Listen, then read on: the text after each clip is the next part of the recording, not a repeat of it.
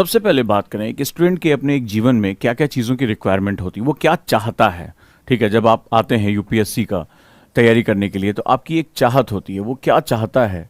तो ये हमारी विशेज़ क्या होती हैं, राइट? हमें क्या चीज़ हमारी ड्रीम होती है कि जब आप तैयारी करना शुरू करते हैं, सोचिए अगर आप कुछ समय से तैयारी कर रहे हैं तो आपका क्या एक मोटो जहाँ से आपने शुरुआत की थी कि मैं खूब स्टडी करूँगा, ठीक है? खूब अपने टाइम को बढ़ाऊँगा, बढ़ाना भी पड़ता है क्योंकि जीएस भी पढ़ना है, आंसर राइटिंग भी करना है, ऑप्शनल भी पढ़ना है, एस्से भी प्रिपेयर करना है। ये ढेर सारी चीज़ें जो हमें एक साथ करनी पड़ती हैं। तो पहले ही आपकी चॉइस थी कि नहीं मैं जब आऊँगा तो 8 घंटे, 10 घंटे, 12 घंटे जो है वो पढ़ने का मेरे पास एक चाहत है, जब एक स्टूडेंट का एक ड्रीम होता है। फिर रिवीजन के लिए मुझे टाइम निकालना होगा, जो मैंने पढ़ा है इतनी देर में वो मुझे प्रॉपर्ली रिवाइज करना होगा, मुझे बार बार उसको दोहराना होगा, ज़्यादा से ज़्यादा मैं बुक्स पढ़ सकूं। अपनी जो विद्वान बनने का एक प्रक्रिया है, जो मेरे पास एक इंटेलेक्चुअल ट्रेड्स मुझे जनरेट करना है, वो मुझे इसको इंक्रीज़ करना है। तो ज़्यादा से ज़्यादा मुझे बुक्स पढ़नी पड़ेंगी, एक्स्ट्रा बुक्स पढ़नी पड़ेंगी। ये उसकी चाहत होती है, उसको पता होता है अच्छा आंसर राइटिंग करने के लिए मुझे नए शब्दों की ज़रूरत पड़ेगी, न्यूज़पेपर मुझे पढ़ना पड़ेगा। साथ ही साथ अपने हेल्थ एंड जो मेडिटेशन है उस पर बहुत फोकस करके रखना, स्वास्थ्य पे भी ध्यान देना, क्योंकि शरीर अगर नहीं रहेगा तो फिर क्या होगा, हम आगे जो है वो पढ़ाई नहीं कर पाएंगे। आपको दिमाग को जो आपके थॉट्स आ रहे हैं, निगेटिविटी आ रही है, उसको हटाने के लिए मेडिटेशन सबसे अच्छी प्रक्रिया है। ये भी चाहता है, वो चाहता है कि रेगुलर आंसर राइटिंग करूं, रेगुलर बैठ के जो है वो जो मैंने पढ़ा, मेरे टीचर ने पढ़ाया, उस पर मेरी आंसर राइटिंग होनी चाहिए। पर्सनालिटी डेवलपमेंट पे बहुत फोकस करना है, जैसे कि आप कैसे बोलते हैं, आपका जो कंसंट्रेशन लेवल है वो कितना ज़्यादा हाई, आप कितने अलर्ट हैं, ये सारी चीज़ों की हमें बड़ी चाहत होती है। तो एक स्टूडेंट अपने एक 24 घंटे के अंदर जो 24 आवर होता है वो इन सभी चीज़ों को चाहता है। यही 24 आवर्स जब जोड़ते हैं, ठीक है, तो पूरे साल में उसके टारगेट्स पूरे होते हैं। 365 दिन जब वो जोड़ता है 24 घंटे के हिसाब से, तो वो अपने टारगेट्स को पूरा करता है। तो ये एक विश होती है। आपने भी इस तरह के टाइम टेबल बनाए होंगे, अपने स्टडी का टाइम टेबल बनाया होगा, रिवीजन का टाइम टेबल बनाया होगा, जो बुक्स मैं बताता रहता हूँ उनको जो एक्स्ट्रा पढ़ने के लिए उनको भी टाइम टेबल बनाया होगा। मैंने 30 मिनट्स आपको जो है अपनी हेल्थ पर ध्यान देने के लिए बोला, उसके लिए आपने मेरी पर्सनैलिटी में एक निखारा। ये सारी चीज़ें आपकी चाहत होती होंगी, पर सवाल है कि हम ये कर क्यों नहीं पाते। मेरा क्वेश्चन ये है, हम इसको कर क्यों नहीं पाते। ये सारी चाहत हमारी अंदर होती है, डे वन से हम तैयारी करने आते हैं तो अपना हम व्यू देखते हैं कि भाई एक डीएम ऐसा होता होगा, एक एसपी ऐसा होता होगा, तो हम उसको कर क्यों नहीं पाते हैं। ये बड़ा इंपॉर्टेंट सेगमेंट है। तो मेरा आज का जो टॉपिक है वो यही है कि हम समय प्रबंधन कर क्यों नहीं पाते। हम चाहते तो हैं, हम चाहते हैं, हमारी विश है, हम चाहते हैं कि हम ये सारा कुछ करें, हम ज़्यादा देर पढ़ाई करें, हम ज़्यादा देर जो है वो नई नई बुक्स पढ़ें, हम अपनी नई नई आदतों को डेवलप कर सकें, हम ये सब कुछ चाहते हैं, रिवीजन करें, आंसर राइटिंग करें, पर हम ऐसा क्यों नहीं कर पाते। ये समझना बहुत ही इंपॉर्टेंट है कि आखिर कौन है जो आपको आपके टारगेट से दूर लेकर जा रहा है। तो कई बार वो हमारे ही द्वारा हमारा समय बर्बाद किया जाता है और कई बार हमारी मजबूरियाँ होती हैं।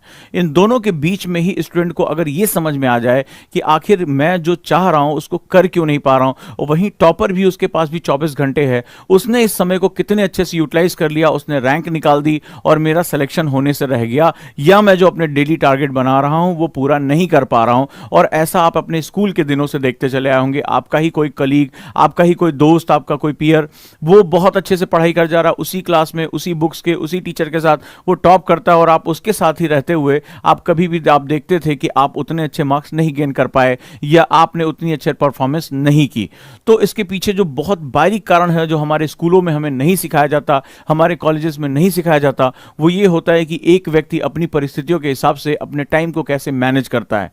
तो मेरा आज का जो क्लास है वो एक बहुत इंपॉर्टेंट, एक बहुत डेप्थ क्लास है, और सबसे पहले मैं बात करूंगा कि टाइम मैनेजमेंट क्यों नहीं कर पाते हैं, कैसे करेंगे उस पर मैं बाद में आऊंगा। ये आपको बहुत लोग बता रहे होंगे, ये आपके बारे में बहुत से लोग बात कर रहे हैं, लेकिन हम कैसे करना ये मुझे बता दे। लेकिन अगर मेरे अंदर कोई समय को चुराने वाला बैठा है, कोई मेरा टाइम को रॉब कर रहा है, कोई मुझे खींच रहा है नीचे की तरफ, तो मैं कभी भी आगे ग्रो नहीं कर पाऊंगा, मैं कभी भी आगे ग्रोथ नहीं कर पाऊंगा। तो ऐसी कंडीशन में राइट, तो हमें यह समझना पड़ेगा कि आखिर हम ये टाइम मैनेज क्यों नहीं कर पा रहे। एक बार मुझे ये पता चल जाए हम एक रोक कौन रहा है, हमें डाइवर्ट कौन कर रहा है, तो हमारे लिए चीजें बहुत ही आसान हो जाएंगी। चलिए, आज सबसे पहले मैं एक एनालिसिस आपके साथ शुरू करता हूं। ये मेरी टाइम मैनेजमेंट डायरी से एक पन्ना है, बड़ा इंपॉर्टेंट है। सबसे पहले हम ये देखते हैं कि एक्चुअली में क्या होता है। टाइम मैनेजमेंट का एक सिद्धांत होता है, टाइम मैनेजमेंट का एक प्रिंसिपल होता है।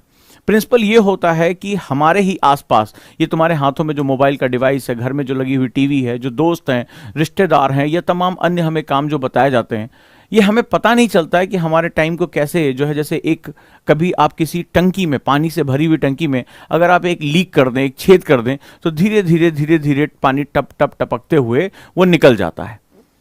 तो जब आप किसी प्लम्बर को बुलाते हैं, बोले यार मैं डेली जो है वो मोटर चलाता हूँ, टंकी को भरता हूँ, ये पता नहीं कहाँ पानी चला जाता, हम तो इतना यूज़ नहीं कर रहे हैं, 1000 लीटर की टंकी है और ये जो है वो सारा पानी चला जाता है। तो वो क्या करता है, जब वो आता है तो सबसे पहले वो लीकेज चेक करता है। कभी भी आप अपने घर में प्लम्बर बुलाएंगे तो सबसे पहले वो पाइप के जॉइंट्स चेक करता है, और अगर उसको कहीं लीकेज मिल जाता है तो वो सबसे पहले लीकेज को रिपेयर करने का काम करता है। टाइम भी कुछ कुछ ऐसा ही है। टाइम जो हमें 24 घंटे मिला है, आपको भी मिला है, ये दुनिया के महानतम व्यक्ति को मिला है, मुझे भी मिला है, सबको 24 घंटे ही मिला है। पर हमें नहीं पता होता है कि हमारे इस समय को एक कोई चीज लीक करके नीचे लेकर आ रही है, और धीरे धीरे वो छोटा छोटा वो एक एक बूंद गिरती रहती है, और आपको बहुत ध्यान से नहीं आएगा। ऐसा नहीं कि कोई नल निकल रहा, आपका टाइम अचानक से जो है वो अभी 24 घंटे से आप खटाक से 6 घंटे पे पहुंच गए, नहीं, वो धीरे धीरे सेकेंड सेकेंड सेकेंड निकलता रहता है, और धीरे धीरे करके हमें पता नहीं चलता कि वो हमारा डेली के डेली कितना टाइम हमारा रॉब कर रहा है। और जब कंपाउंडिंग होती है, जब ये टाइम जो है वो अपनी ऊंचाइयों पर पहुंचता है, तब हमें पता चलता है कि एक्चुअली में हम अपने टारगेट से कितना दूर रह गए। तो आज सबसे पहले मैं जो आपको बताने जा रहा हूं, ये डायरी आप मेरे साथ लिख सकते हैं, इस पर प्रैक्टिस करके आप इस पे लगातार कुछ दिन तक मॉनिटर कर सकते हैं। आपको ये पता चल जाएगा कि बेसिकली आपके टाइम की टंकी में छेद कहां है। आज आपको यही बताऊंगा पहले कि टाइम की जो टंकी है, जो आपको 24 घंटे मिले हुए हैं, उसमें छेद कहां कहां है। एक बार आपको वो छेद पता चल जाए, पानी कितना टपक रहा है, आप उसको भर ले जाएंगे और आप जो है वो आसानी से उसको पूरा करते हुए अगले चरण में पहुंचेंगे। सबसे पहले मैंने कुछ एक बेसिक, एक स्टूडेंट के जीवन में क्या क्या सेगमेंट होते हैं उसके बारे में हम बात करते हैं। ये चाहे कोई वर्किंग क्लास हो, चाहे वो हाउसवाइफ हो या कोई स्टूडेंट हो, ये सभी के लिए कॉमन है। तो एक मैंने टाइटल दिया है, मेरे जीवन का एक दिन। आप पहले एक दिन बैठो और एनालिसिस करो। ये कोशिश करो कि ये फॉर्मेट आप एक हफ्ते तक कम से कम फॉलो करो, कम से कम एक हफ्ते फॉलो करना है, और आपको ये डेली मॉनिटर करना है कि मेरा हफ्ते का, मेरे जीवन का एक दिन 24 आवर कैसे मैं यूज करता हूं, कैसे मैं यूटिलाइज करता हूं 24 आवर्स को। ठीक है, अब चलो देखते हैं। मैंने कुछ मेजर वर्क लिए हैं जहां पर उनकी कैटेगरीज बांटी है मैंने, और जैसे कुछ, पहला मेरी कैटेगरी है वर्क यानी काम। तो एक्टिविटी एक तरफ मैंने लिखा एक्टिविटी, दूसरा मैं इसमें कितने मिनट या कितने घंटे लगा रहा हूं, और मेरे टोटल टाइम का कितना परसेंटेज है, ये कितने परसेंटेज यूटिलाइज हो रहा है। जब प्रबंधन वर्ड यूज होता है, हम टाइम मैनेजमेंट, टाइम टेबल नहीं बनाना सिखा रहा हूं मैं, कभी टाइम टेबल बनाना सिखाता ही नहीं, टाइम मैनेजमेंट की बात कर रहा हूं। मैनेज जो होता है हमेशा डाटा पे किया जाता है। तो जब तक तुम्हें ये नहीं, तुम टाइम मैनेज करना चाहते हो, तुम चाहते हो कि मेरा टाइम मैनेज हो और मैं भी टॉपर्स की तरह अपने टाइम को मैक्सिमम या ऑप्टिमली यूटिलाइज कर सकूं, तो आपको यह समझना पड़ेगा कि मैं क्यों नहीं कर पा रहा हूं। तो पहले मेरे पास डाटा कितना है, तभी तो मैं उस टाइम को कहीं सही जगह लगा पाऊंगा जो मेरा बेसिक टारगेट है। So let's start it. अब हम लोग जो है वो बात करते हैं। सबसे पहले सपोज दैट आप अपना पहला काम लगाइए वर्क यानी काम। वर्क का मतलब होता है एसेंशियल। ठीक है, एसेंशियल, जैसे आप जॉब पर जाते हैं, वो चीजें जो आपकी जीविका चला रही हैं। एक गृहिणी के लिए उसका वर्क जो है, जैसे मान लो उसको बच्चों को स्कूल भेजना है या हस्बैंड को स्कूल भेजना है, खाना बनाना है, तो ये उसका एसेंशियल वर्क है जिसको टाला नहीं जा सकता। इसका मतलब हुआ जिसको टाला नहीं जा सकता। जैसे आपको वर्क किया हुआ स्टूडेंट है, तो आपको कॉलेज जाना है, अटेंडेंस जो है वो लगानी ही लगानी है, आपको वो 5 घंटे आपको वहां पर लगाने ही लगाने हैं। तो ये आपका वर्क हो गया बेसिकली। आपको जॉब जा रहे हैं, आप सुबह 9 बजे से शाम को 6 बजे तक जॉब जा रहे हैं, तो आप वहां पर अपना वर्क लिखेंगे। कोई गृहिणी है, उसको दिन में लंच के टाइम में 2 घंटे किचन में, डिनर के टाइम में 2 घंटे किचन में रहना पड़ता है। वो एसेंशियल वर्क है क्योंकि और कोई करने वाला नहीं है। अगर ऑप्शन है कोई और कर रहा है तो उसको आप वर्क में नहीं कंसीडर करेंगे। यानी वो जो एसेंशियल है जिसको टाला नहीं जा सकता, सबसे पहले आप उसके बारे में लिखेंगे। वर्क में हम कितना टाइम दे रहे हैं, इसमें टोटल कितने मिनट या कितने आवर आपके लग रहे हैं, यहां पर आप बताएंगे। ठीक है, आप कुछ दिन कोशिश करिए, आप काउंट करने की कोशिश करिए।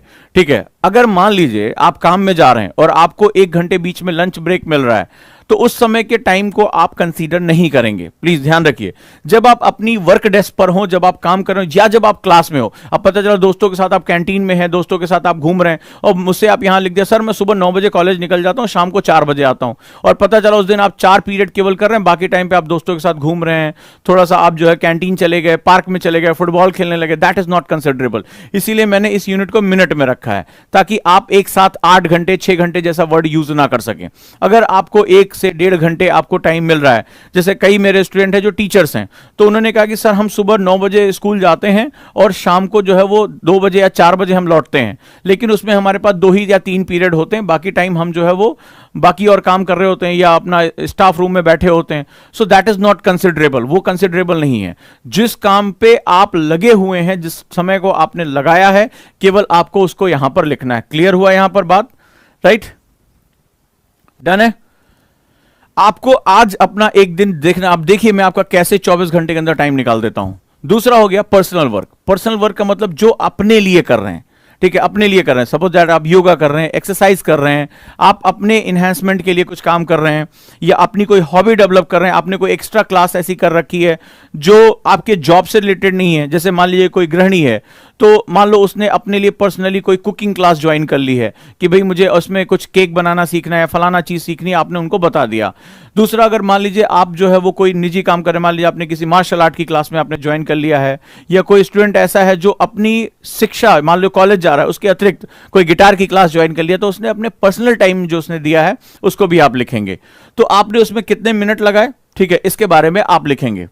क्लियर हुआ? पर्सनल टाइम जो आप अपने लिए इन्वेस्ट कर रहे हैं, जो अपने पर्सनल सेगमेंट आप यूज कर रहे हैं, कुछ स्किल सीख रहे हैं, कोई जो है सेगमेंट कर रहे हैं, एक्सरसाइज कर रहे हैं, मेडिटेशन कर रहे हैं, किसी और नई स्किल के साथ जा रहे हैं, वो आपका पर्सनल टाइम हो गया। फिर खाना खाने में आप कितना समय लगाते हैं? बहुत से लोग 2 टाइम खाना खाते हैं, बहुत से लोग 3 टाइम खाना खाते हैं, ठीक है, कई लोग टीवी देखते हुए खाना खाते हैं, तो बड़ा हमें पता नहीं चलता, हमें लगता है हम खाना खा रहे हैं, लेकिन कई लोग देखिए बड़ा टाइम इसमें लगाते हैं, बहुत ज्यादा समय इसमें इन्वेस्ट करते हैं, और जो है वो कई बार हम थोड़े थोड़े स्नैक्स के चक्कर में बहुत लंबा समय गप्पबाजी हो जाती है। चल यार 2 समोसे खा के आते हैं, आपको पता नहीं चलता वो समोसे की एग्जैक्टली कीमत क्या है, वो 10 रुपए का समोसा नहीं हो जाता, वो आपके टाइम का बहुत बड़ा हिस्सा खा जाता है। राइट, तो आप खाने में कितना समय दे रहे हैं, आपका स्लीप साइकिल कैसी है, आप कितनी देर सोते हैं, वो आप जरूर लिखिए, ये बड़ा इंपॉर्टेंट होता है। कोई 6 घंटे सोता है, कोई 8 घंटे सोता है, कोई 6 घंटे रात में सोकर 1 घंटे दिन में सोता है, तो आप जो भी समय सोने में लगा रहे हैं वो भी आप यहां पर लिखिए। आपको इससे पता चलेगा आप अपने दिन का कितना हिस्सा सोने में इन्वेस्ट कर रहे हैं, कितना जो है वो लगा रहे हैं। Next one, travel. अगर आपको मान लीजिए जॉब के लिए जाना है, स्कूल के लिए जाना है, कहीं पर भी जाना है, तो ट्रैवलिंग यानी यात्रा में आपका कितना समय लग रहा है, इसके बारे में आप मेजर करेंगे, आपके कितने मिनट ट्रैवलिंग में लग रहे हैं। मान लीजिए बहुत से लोग जॉब पे जाते हैं, 25 मिनट, 30 मिनट, 40 मिनट, ये भी उनका यात्रा में, अगर जा रहे हैं तो आना भी है, तो इतना टाइम उनका इन्वेस्ट होता है, ये भी बड़ा इंपॉर्टेंट है।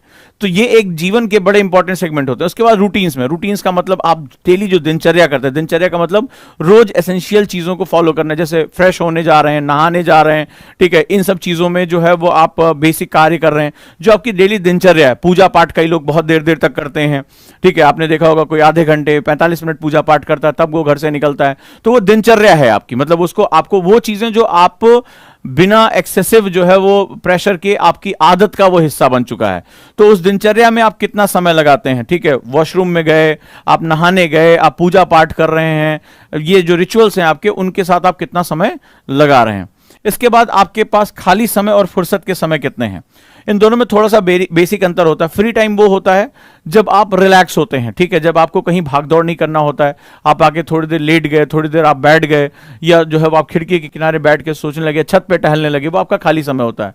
फुर्सत का समय होता है जिसको हम लोग लेजी लम्हे कहते हैं, यानी कि जब आप कुछ नहीं करना चाहते, आलस आ रही है, मन कर रहा है चलो उठ के काम भी करें, और फिर आपका मन करता है चलो यार थोड़ी देर पड़े रहें, तो वो उसको फुर्सत के क्षण बोलते हैं, जहां पर जो है वो आप कुछ भी नहीं करना चाहते हैं। तो इसको आप ये देखिए आप कितना टाइम फ्री लगाते हैं, ठीक है, आप कितना समय जो है वो फ्री टाइम निकाल लेते हैं, कितना समय आप कुछ नहीं करते हैं, लेटे रहते हैं, ठीक है, छत की तरफ कई बार देखते रहते हैं, खिड़की पे चले, छत पे बालकनी पे लोग ऐसे हाथ रख के बड़ी देर तक ऐसे बाहर देखते रहते हैं, तो वो भी समय आपका काउंट होना चाहिए, क्योंकि हमें तो मैनेज करना है, हमें ये देखना है कि हमें कहाँ से समय निकालकर कहाँ पर हमें इन्वेस्ट करना है। तो ये फ्री टाइम या फुर्सत के क्षण हो जाते हैं। इसके बाद हमारा फैमिली टाइम, जैसे अगर बच्चे हैं तो हम उसके साथ कितना समय दे रहे हैं, अपने जो है हस्बैंड वाइफ या जो भी माता पिता, आप फैमिली के साथ ही टाइम, ये बड़ा क्वालिटी टाइम होता है। फैमिली के साथ आपको समय, कितना समय आप दे पा रहे हैं, नहीं दे पा रहे हैं तो भी बहुत से लोग इसलिए स्ट्रेस में होते हैं कि वो परिवारों को समय नहीं दे पाते हैं, वो कहीं और उलझे रहते हैं, ठीक है, वो नॉन एक्टिव वर्क में जो है जुटे रहते हैं, टीवी देखने में चले जाते हैं, लेकिन अपने बच्चों की पढ़ाई पर, अपने परिवार के साथ, अपने जो है निजी संबंधों के साथ वो समय नहीं दे पाते हैं, ठीक है, या कई बार वो बहुत एक्सेसिव समय दे देते हैं, तो बाकी चीजें जो क्या हो जाती है, बर्बाद हो जाती हैं। तो जीवन में इन सभी चीजों का बड़ा महत्व। कोई व्यक्ति, मान लीजिए कोई किसी का कोई गर्लफ्रेंड है, बॉयफ्रेंड है, अब पता चला देर रात तक चैट कर रहे हैं, बात कर रहे हैं, अब उस चक्कर में पता चला काम में लेट हो रहे हैं, बॉस अलग गुस्सा आ रहा है, तो आपकी प्रोफाइल खराब होती चली जा रही है। या बच्चे को स्कूल जाना है, वो नहीं जा पा रहा है, और आप जो है देर रात तक जाकर टीवी देखते रहे और जो है फैमिली को टाइम नहीं दे पा रहे, उसका होमवर्क नहीं कराया, टीचर की शिकायत आ रही है कि अरे आपने होमवर्क नहीं कराया, ठीक है, तो ये क्या होता है, घर में किचकिच मची हुई है। तो फैमिली टाइम एक बहुत ही एक्टिव टाइम, बहुत इंपॉर्टेंट टाइम होता है। उसके बाद नॉन एक्टिव टाइम, जैसे आप कभी चिप्स का पैकेट लेके टीवी के आगे बैठ गए, आईपीएल देखने लगे, नॉन एक्टिव, आप कुछ नहीं कर रहे हैं, ठीक है, आप सिर्फ टीवी को घूरे जा रहे हैं, घूरे जा रहे हैं, पिक्चर देखे जा रहे हैं, वेब सीरीज आप देख चुके हैं, उसके बाद भी आप उसको देखते चले जा रहे हैं, ठीक है, आप एक मूवी को दोबारा दोबारा देख रहे हैं, तो ये this is your non active time. And other time, वो कुछ ऐसे चीजें जो आपकी जिंदगी में, जैसे मान लो सब्जी लेने जाना पड़ रहा है, या कोई और भी काम करना पड़ रहा है, कोई मिलने आ गया बिना बुलाए, तो ये अन्य कामों में भी सेगमेंट होते हैं। तो आप इस सेगमेंट को आप एक बार अपने जीवन में इसकी डायरी बनाइए, कम से कम 7 डेज आप मॉनिटर करिए। मिनिमम आपको 7 डेज यहां पर मिनिमम जो है आपको मॉनिटर करना पड़ेगा, ठीक है, मॉनिटर करना पड़ेगा। और यहां पर आपको बताना है कि आप अपने काम को, जो भी है, चाहे आप कॉलेज जा रहे हैं, चाहे, लेकिन कॉलेज में जो आपकी एक्टिविटी है, डेस्क पे, क्लास में, आपके किचन के फ्लोर पर, आप एग्जैक्टली कितना टाइम लगा रहे हैं, तो उस पूरे 24 घंटे का वो कितना परसेंट है, निकाल लीजिएगा उसको कैलकुलेटर से, कितना परसेंट आप टाइम लगाते हैं। आप अपने पर्सनल कामों में कितना समय लगाते हैं, आप खाने में कितना समय लगाते हैं, नींद में कितना आपका समय जा रहा है, ट्रैवलिंग क्या आपको रोज करनी पड़ रही है या नहीं करनी पड़ रही, उसमें कितना समय जा रहा है, दिनचर्या में कितना समय जा रहा है, ठीक है, हम इसको भी बड़ा इंपॉर्टेंट तरीके से कर्व कर सकते हैं। खाली समय आप कहीं दे रहे हैं कि नहीं दे रहे हैं, आपके पास जो है वो खाली समय तो जरूरत है, लेकिन आप लेजी लम्हे ज्यादा तो नहीं एंजॉय कर रहे हैं कि आप पड़े रहते हैं, सोचते रहते हैं, सपने देखते रहते हैं बेवजह के, जिसे हम लोग डे ड्रीम कहते हैं। परिवार के साथ आप समय दे पा रहे हैं या नहीं दे पा रहे हैं, ये भी बड़ा जरूरी होता है। गैर सक्रिय नॉन एक्टिव वर्क कितने, कि आप बहुत ज्यादा टीवी देखते हैं, बहुत ज्यादा सर्फिंग करते हैं, इंटरनेट मीडिया पे बहुत ज्यादा रहते हैं, तो इसमें आप कुछ नहीं कर रहे होते, आप सिर्फ किसी की पोस्ट को देख रहे हैं, इंस्टा के पोस्ट को ऊपर नीचे कर रहे हैं, तो this is non active work, ये आपका कितना जा रहा है। और अदर वर्क, कोई इमरजेंसी वर्क, जैसे मान लीजिए कई बार क्या होता है कि आप संयुक्त परिवारों में हैं, कोई आ गया मिलने, कोई आपको काम पे भेजा जा रहा, जाओ दौड़ के सब्जी ले आओ, जाओ ये मेहमान एक्स्ट्रा आ गए, तो कहीं ऐसा तो नहीं ये सारे काम आपके जीवन में कुछ बहुत ज्यादा हो रहे हैं, तो ये भी हमें समझना बहुत जरूरी है। क्लियर है यहां तक, किसी को कोई डाउट?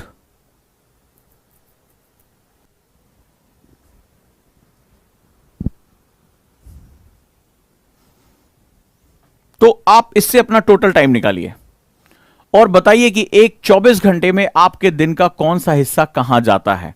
यहां तक ओके हो गया? बताएं मुझे, हाँ ये समझ में आ गया प्लीज। अभी आपको बताऊंगा कि आप अपना ही देख पाएंगे, यार आपको पता ही नहीं तक 24 घंटे में कौन आपका टाइम चुरा के लेके जा रहा है। और ये समझ में आ गया तो आप अपने आप से रीडिंग भी कर लोगे, अपने आप से जो है वो रिवीजन का टाइम भी निकाल लोगे, सब कुछ कर लोगे। टाइम मैनेजमेंट इतना बेहतरीन चीज है।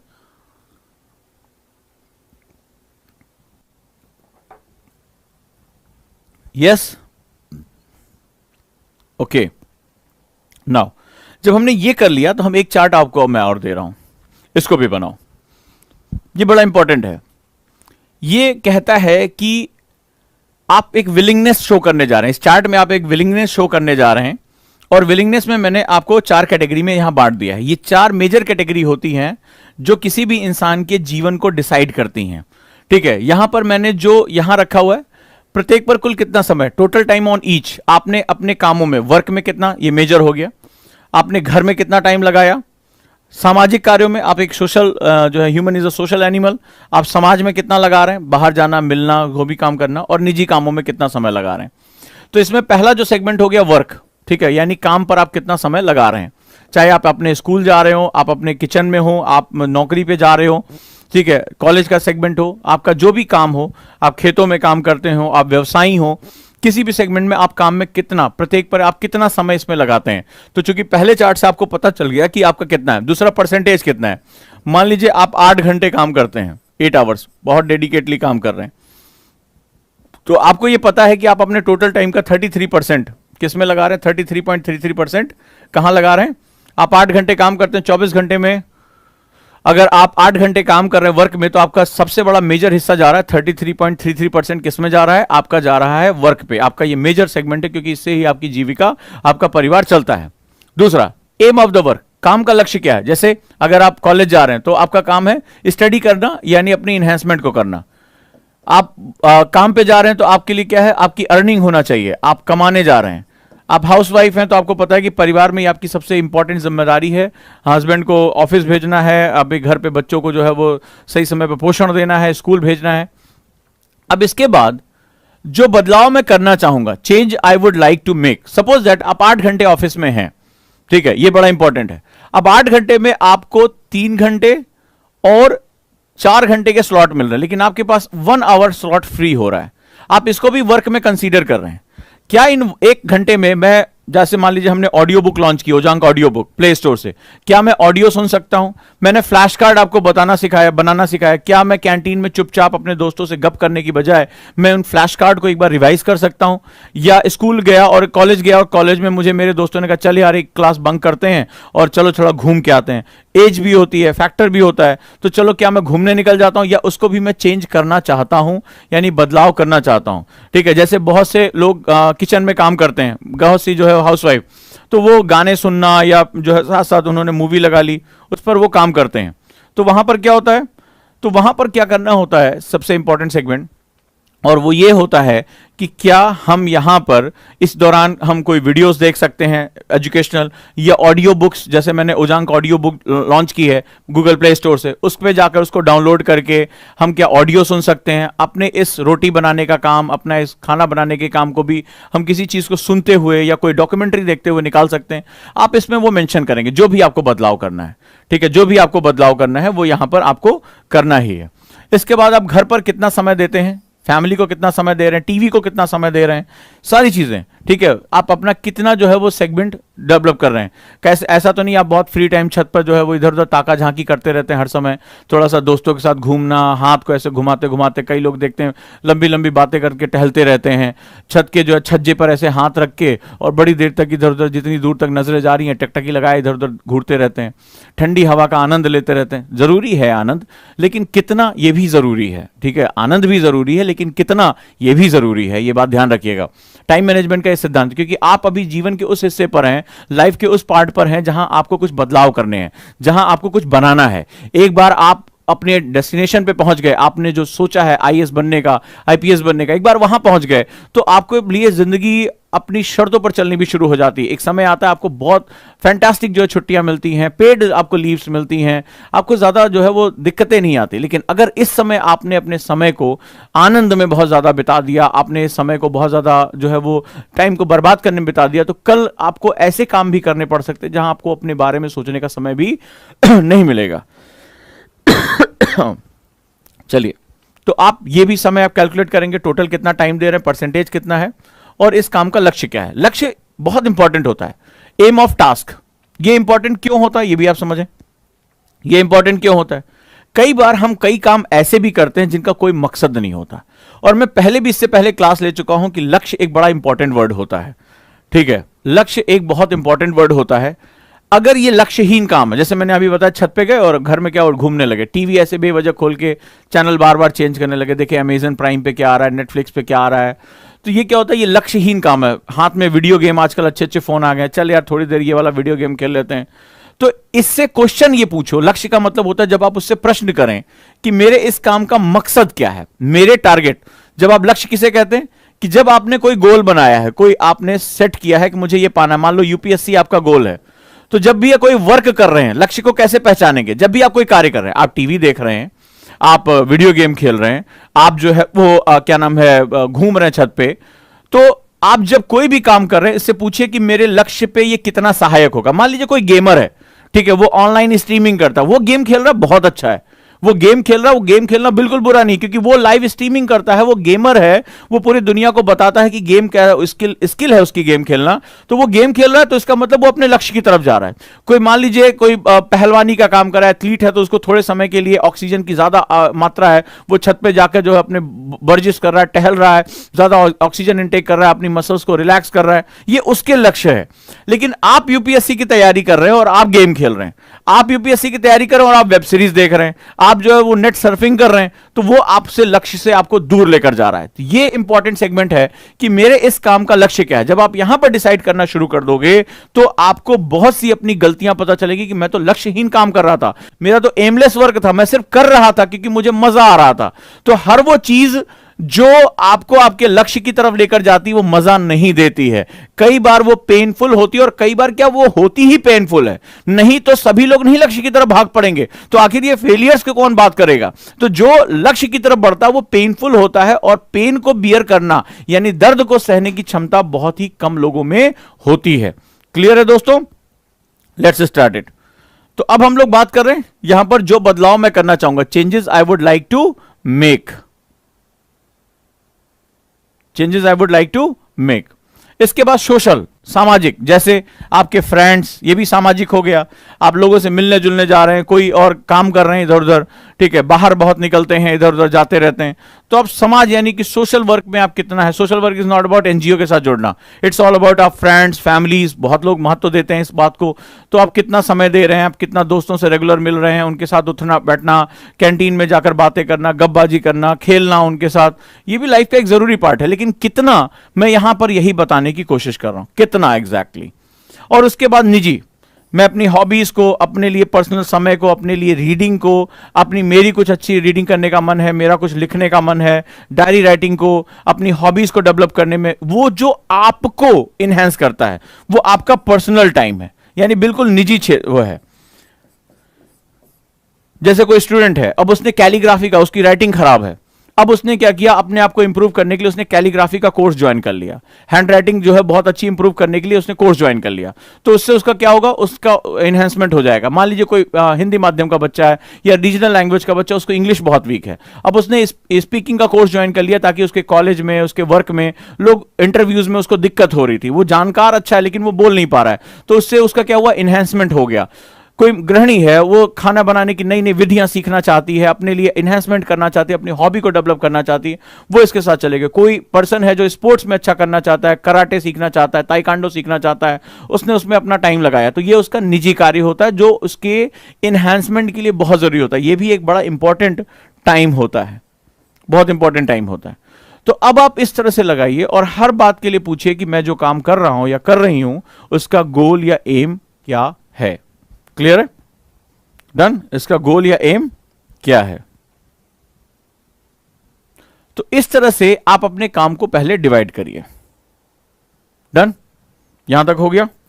अब इसके बाद अगले चरण में आते हैं कि हम अपने अपने हिसाब से अपना टाइम मैनेजमेंट कैसे करेंगे।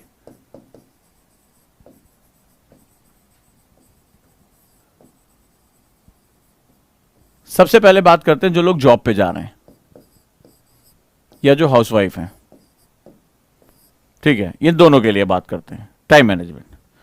यहां पर सबसे पहले एक्सेप्टेबिलिटी ऑफ द टाइम आता है। हमें पता होता है कि कोई स्टूडेंट, एक स्टूडेंट ऐसा है जो कमरे में बंद होकर सब कुछ छोड़ छाड़ कर वो पढ़ाई कर रहा है, उसके पास 12 घंटे भी पढ़ने का टाइम है, उसको कोई लायबिलिटी नहीं है, वो एक कमरे में बंद है, उसको बाहर के टास्क को देखने की आवश्यकता नहीं है, वो कमरे में बंद होकर अपनी पढ़ाई कर रहा है, ठीक है, कमरे में बंद होकर अपनी पढ़ाई कर रहा है। लेकिन आप जॉब पे, आपको डेली जाना है, बॉस की 4 बातें भी सुननी है, तमाम तरह की दिक्कतें भी आती है, ट्रैवलिंग भी हो रही है, घर में हाउसवाइफ है, उनको पता है कि उनका कितना भी पढ़ने का मन करे लेकिन अभी अगर कुकर की सीटी बज रही है तो उठकर उसे बंद करना ही करना है। अभी कोई काम है, किसी ने खाना मांगा कि भूख लगी है, सास ने बोला अरे बहु बहुत देर हो गई, तुम पढ़ती चली जाओगी, हम दिक्कत हो जाएगी हमें, तो हमें जो है वो क्या हुआ, हमें खाना चाहिए, तो अब आप चाहें या ना चाहें आपको ये काम करना पड़ेगा, तो वो आपकी मजबूरी हो जाती है। ऐसी कंडीशन में सबसे पहले अपने दिमाग से कहिए कि जैसे कई बार बच्चे मुझसे कहते हैं सर 1 साल में आईएएस निकल जाएगा। आप सबसे पहले यहां पर एक काम करिए, अब आप ये जानते हैं कि इसके मुकाबले आपके पास हाफ टाइम भी नहीं है, तो जब आपके पास हाफ टाइम भी नहीं है तो आप अपने गोल टाइम को दुगना कर दीजिए, गोल टाइम को दुगना कर दीजिए। ये एक बहुत कड़वी सच्चाई है क्योंकि भाई एग्जाम का सिलेबस इतना बड़ा है कि आपको एक टाइम देना पड़ेगा। अगर आप इस व्यक्ति से कम टाइम निकाल पा रहे हैं तो अपने गोल टाइम को डबल कर दीजिए, उतना ही टाइम बढ़ा दीजिए। जैसे अगर ये सोच रहा है कि 1 साल, तो आपके लिए टाइम होना चाहिए 2 साल। आप इस तरह से, जो भी लोग जॉब कर रहे हैं कुछ भी कर रहे हैं, वो सोच के चलें कि इससे अपना टाइम डबल करिए। अगर आप इससे हाफ टाइम निकाल पा रहे हैं, अगर आप इतना ही टाइम निकाल पा रहे हैं, तब तो कोई बात नहीं है। जो रिक्वायरमेंट है, ये बहुत बड़ी सच्चाई है। आप सोच रहे हैं कि कोई ऐसी क्षमता, कोई ऐसी जादुई गोली, कोई ऐसी ताबीज आ जाएगी जो आपके आंखों के सामने से पन्ने गुजरेंगे और आपको खटखट खटखट याद हो जाएगा। ऐसी कोई चीज अभी फिलहाल मैं नहीं जानता, कोई जानता होगा तो आपको बता देगा। यहां पर क्या होता है कि आपको अपना, अगर आपका टाइम हाफ है बाकी लोगों से, या जैसे हमारे स्टूडेंट हैं, तो अगर आपका हाफ टाइम है तो आप गोल टाइम डबल कर दीजिए, ठीक है, जितना भी है। अगर आपका टाइम इसके कंपैरिजन में 1/3 है तो अपना गोल टाइम 3 टाइम्स बढ़ा दीजिए। मान लीजिए आपको केवल दिन में 3 घंटे ही पढ़ने के लिए मिल रहे हैं, चाहे आप कुछ भी कर लें। अगर आपको 3 ही घंटे मिल रहे हैं या 4 ही घंटे आपको पढ़ने के लिए मिल रहे हैं, तो अपना गोल टाइम इसको क्या करिए, 3 साल कर दिया, 3 टाइम्स कर दिया।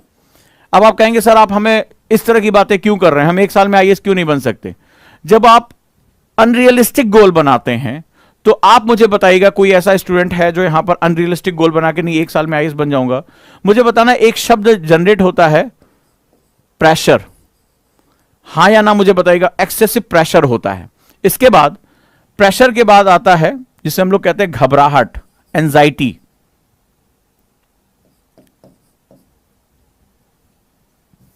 ठीक है, एंजाइटी जिसे हम लोग कहते हैं। और इसके बाद एक फियर जनरेट होता है। और जब फियर जनरेट होता है तो पढ़ने में मन नहीं लगता। किसके किसके साथ हुआ है? पढ़ने में मन नहीं लगने का मतलब भूल जाते हैं, घबराहट होती है, बार बार एक सब्जेक्ट से दूसरे सब्जेक्ट पे भागने का मन करता है, यार हिस्ट्री पढ़ें या पॉलिटी पढ़ें, गुस्सा आती है, चिड़चिड़ापन होता है। कितने लोगों को यह होता है मुझे बताओ? कितने लोगों को ये सिम्टम्स आते हैं जब आप एक्सेसिव प्रेशर ले लेते हैं और जब आप अपने गोल्स अनरियलिस्टिक गोल बना लेते हैं? नहीं, मैं भी जो है अभी खटाक से इसी साल आईएएस निकाल दूंगा। पढ़ने के लिए आपको हार्डली 4 घंटे, आप कुछ भी कर लीजिए, आपको 4 घंटे ज्यादा टाइम नहीं मिल रहा है, 5 घंटे ज्यादा टाइम नहीं मिल रहा है। और आपने कहा नहीं सर मैं 2021 का तो आईएएस में टॉप करने जा रहा हूं, मैं 21 जो निकालूंगा, मुझे देना है। ठीक है, तो आप ये बताइए किसको किसको एक्सेसिव प्रेशर होता है? हार्ट रेट बढ़ी होती है, एंजाइटी क्रिएट होती है, एंजाइटी मतलब घबराहट, परेशानी, चिड़चिड़ापन आ जाता है। इसके बाद उनको फियर फैक्टर होता है, मेरा होगा या नहीं होगा, नौकरी करना ठीक रहेगा या कहीं ऐसा तो नहीं यूपीएससी मेरा करियर बर्बाद हो जाएगा। और पढ़ने मन नहीं लगता, जंबल करते हैं, भागते हैं एक सब्जेक्ट से दूसरे सब्जेक्ट, फिर कहते हैं सर मुझे याद नहीं हो रहा है, सर मुझे बहुत परेशानी हो रही है, हार्ट बीट तेज है। कितने लोगों को ऐसा होता है? ये मैं नॉर्मल कंडीशन की बात कर रहा हूं, जब आप बिगिनर हैं, आप जॉब में हैं, आप हाउस वाइफ है, लेकिन अभी आपको परिवर्तित करना है। देखिए आपको क्या बताता हूं, मुझे बताइए, जब मन में तनाव पैदा होता है, प्रेशर क्रिएट होता है, तो अंत में मनुष्य के साथ क्या क्या हो जाता है? आप तमिलनाडु में आपने देखा 3 बच्चियों ने जो नीट का एग्जाम दिया, उन्होंने सुसाइड कर लिया। क्या चीज था उनके अंदर? ये एंजाइटी इतनी खतरनाक वर्ड होता है जो हमारे पूरा मतलब जीवन, अभी 18 साल के हो रहे हैं, अभी इतनी कम एज में इतना प्रेशर आ गया कि उन्होंने सुसाइड तक कर लिया। ये खबर आपने भी पढ़ी होगी। हमारा यूथ, जीवन के इतना, इससे कीमती तोहफा इस संसार में नहीं है। और आप जाकर जीवन खत्म कर लें सिर्फ एक एग्जाम में, अभी रिजल्ट नहीं आया, आपको लगा कि आपका नहीं होगा, पेपर खराब हो गया और सुसाइड कर लिया। और ऐसे जाने कितने सुसाइड के केस डेली के डेली आ रहे हैं, डेली के डेली। इतनी कम उम्र के बच्चे, जब जीवन खिलना शुरू हो रहा है, जीवन सामने आ रहा है, तो घबराहट, परीक्षाओं के घबराहट के कारण, फेलियर के घबराहट के कारण, लोग क्या कहेंगे इस घबराहट कर अपने प्राण दे दे रहे हैं, जीवन की सबसे खूबसूरत चीज दे दे रहे हैं, जो जीवन है, जो ईश्वर का सबसे बड़ा गिफ्ट है।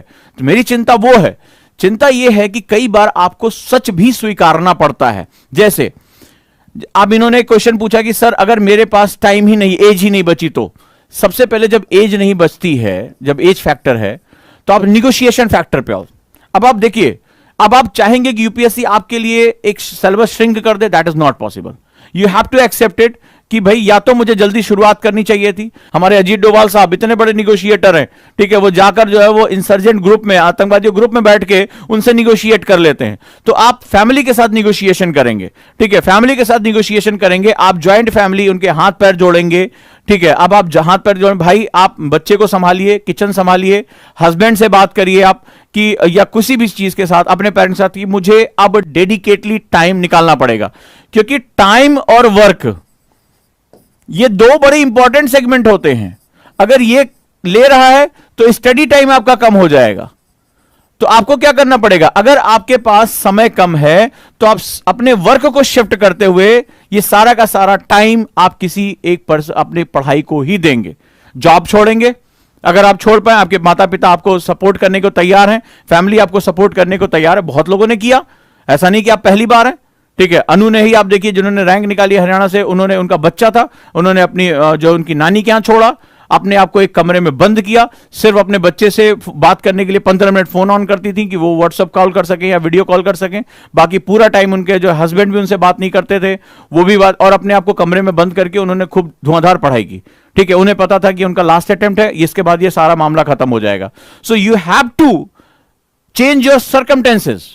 अदरवाइज अगर आप ये सोचे कि आप 3 घंटे 4 घंटे दें और एक साल में आप उस बच्चे को कंप्लीट कर सके जो 10 घंटे 12 घंटे पढ़ रहा है, कम से कम 50,000 1 लाख बच्चे तो इतने सीरियस होते होंगे ना इस पूरे एग्जाम में, जो बहुत ज्यादा इतनी पढ़ाई मेंटेन कर रहे हैं, तो कौन सा ऐसा चमत्कार होगा जो आपको लेकर आएगा। और जब हम कभी अनरियलिस्टिक सिचुएशन की तरफ चले जाते हैं, अवास्तविक स्थितियों की तरफ चले जाते हैं, तो ही हमारे साथ दिक्कत पैदा होती है। तो या तो आप फैमिली के साथ निगोशिएशन पावर क्रिएट करिए कि भाई आप को हम ये जब मेरा हो जाएगा उसको निगोशिएट करिए कि भाई आईएएस बनने के बाद, सेलेक्ट होने के बाद आपकी जिंदगी में परिवर्तन हो जाएगा। एक उनसे एक तरह से एक टाइम का कर्जा लीजिए। एक लोग पैसे का कर्जा लिया जाता है, एक समय का कर्जा लिया जाता है, उनको समझाइए, निगोशिएट करिए, राइट। तो ये बड़ा इंपॉर्टेंट सेगमेंट होता है। इसीलिए मैंने कहा कि आप टाइम निकालिए अपना। अगर आप टाइम नहीं निकालेंगे तो बहुत दिक्कत है। अभी हाल ही में मैंने एक केस देखा है इस तरह का, राइट। तो इस तरह के केस की वजह से एक स्टूडेंट थी हमारी, उसने कहा नहीं सर हमें तो 2 साल पढ़ना है, ये है वो है, आराम से आपके साथ और फलाना ठिकाना। बच्चा था, फैमिली थी। अब फैमिली वालों ने इतना समय देना बंद कर दिया। ठीक है, उन्होंने कहा नहीं जल्दी से आओ। अब वो क्या हुआ, जब वो क्योस क्रिएट हुआ तो एकदम अजीब सा बिहेवियर हो जाता है। एंजाइटी में आदमी अजीब तरह का बिहेवियर करने लगता है। तो अब ऐसी कंडीशन में क्या हो जाता है कि आप बुरी तरीके से वहां डिस्टर्ब हो जाते हैं और ना तो आप पढ़ पाते हैं ना आप फैमिली के रह जाते हैं। तो आपने त्रिशंकु का नाम सुना होगा, जो बीच में झूलता रह गया। तो कभी भी पेंडुलम की तरह बीच में मत फंसो, या तो इधर जाओ या उधर जाओ, या तो कंप्लीटली फैमिली के लिए कि चलो बच्चे के लिए बनाना है, या तो अपने काम के लिए मुझे डेडिकेट होना है। तो बहुत ही प्लानिंग, इसीलिए मैं आपसे कह रहा हूं। मान लीजिए एक कोई स्टूडेंट है इसीलिए मैं स्टूडेंट्स को कहता हूं कि जब आप 12th पास कर लें तो आप यूपीएससी के लिए सोचना शुरू कर दें, कम से कम बेसिक से। क्योंकि कई बार जैसे हमारी ये स्टूडेंट हैं, इनको आज पता चल रहा है कि समय निकल जाने के बाद इनकी प्रतिभा जो है वो बहुत मुश्किल है, बहुत दबाव महसूस कर रही हैं। तो early birds get the worm. अब जैसे आप कॉलेज जाते हैं तो कॉलेज भी बड़ी जबरदस्त चीज होती है। अब इसमें क्या होता है, कई बार दोस्त बनते हैं, मौज मस्ती होती है, प्यार मोहब्बत सब कुछ जो है इस एज में आना शुरू हो जाता है। लेकिन जो सीरियस है अपने काम को लेकर, वो अपने लिए 2 से 3 घंटा 2 to 3 आवर्स निकाल लें। सिर्फ इतना कह रहा हूं, 2 से 3 घंटे ये निकालें। एक सब्जेक्ट, एक न्यूज़पेपर, एक कोई स्किल है उसके साथ सीखें, जल्दबाजी नहीं करें। और इनके लिए इतना इंपॉर्टेंट है कि लर्निंग में आए, लर्निंग में सीखने के लिए कि मुझे एंजॉय करते हुए सीखना है। सब्जेक्ट क्या है, मुझे मजे के लिए पढ़ना है, मुझे जानना है कि मेरी कंट्री में क्या हो रहा है। जब इस पर्पस के साथ पढ़ें रादर देन कि सिलेबस खत्म करें, फलाना करें, तो कॉलेज प्लस 2 से 3 घंटे यूपीएससी की पढ़ाई जब आप करेंगे तो आपको लगेगा अरे 2 से 3 घंटे में क्या होगा। लेकिन इनके पास 3 साल हैं कॉलेज के, ध्यान से समझना, 3 साल हैं। और जब वो 3 गुणे 365 गुणे 3 करके देखो कितने आवर्स बनकर तैयार होते हैं। ये आवर्स 1 साल में पढ़ाई करने वाले स्टूडेंट से ज्यादा हो जाते हैं। ठीक है, तो इसको हम लोग कंपाउंड इफेक्ट कहते हैं। ये 2-2 3-3 घंटे जो जुड़ते जा रहे हैं ईज होके, अपना बस ये सोचना है कि भाई अपने एंजॉयमेंट के लिए सिर्फ संडे रखना है, बाकी पूरे टाइम मुझे पढ़ाई करनी है।